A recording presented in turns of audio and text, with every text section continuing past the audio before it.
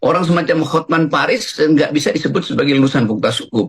Karena dia hanya membaca undang-undang, jadi dia lulusan fakultas undang-undang, FUU.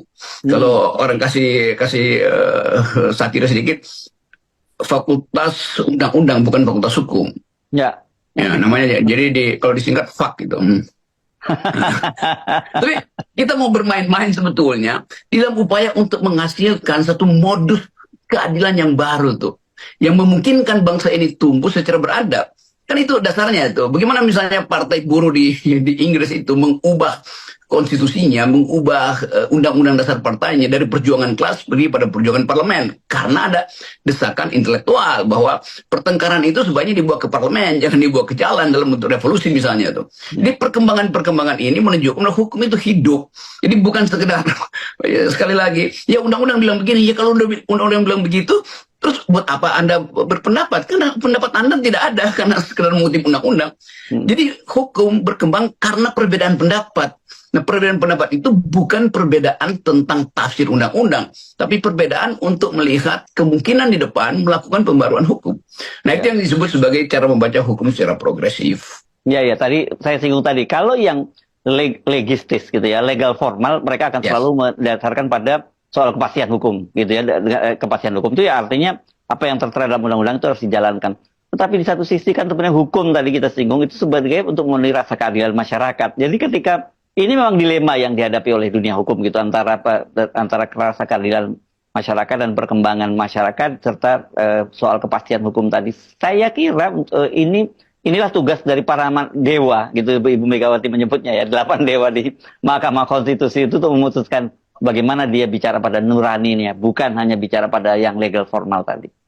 Betul, Ibu Mega menangkap betul satu dalil di dalam pengadilan bahwa apapun buktinya, bahkan ketika bukti itu udah evidensial, tapi kalau hakim tidak punya keyakinan terhadap bukti itu, dia bisa tolak. Betul? Itu namanya hati nurani hakim tuh. Hakim itu mewakili semacam wisdom dari langit untuk memutuskan keadilan.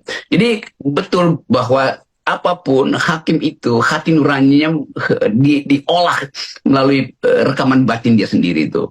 Jadi jangan berharap bahwa hakim-hakim yang ada di Mahkamah Konstitusi sekarang itu bisa didikte lagi hanya dengan menyodorkan undang-undang. Mereka membaca psikologi publik, mereka pasti membaca risalah yang ditulis dari kacamata seorang ibu yang merasa terkhianati dan ingin berpikir sebagai warga negara terhadap bangsa. Dia nggak berpikir untuk kepentingan partainya. Dan Ibu Megawati menulis itu sebagai jeritan keadilan sebetulnya. Nah, jeritan keadilan itu nggak ada di undang-undang, tidak ada dalam kepastian hukum. Yang ada adalah keinginan untuk menghasilkan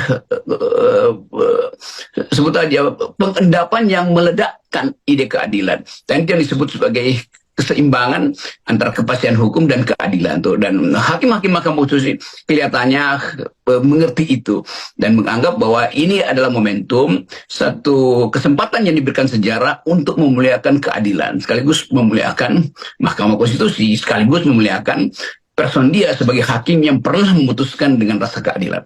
Yes, saya kira itu akan menjadi kado Idul Fitri yang luar biasa bagi bangsa dan negara kalau memang sikap itu yang akan diambil oleh para hakim Mahkamah Konstitusi.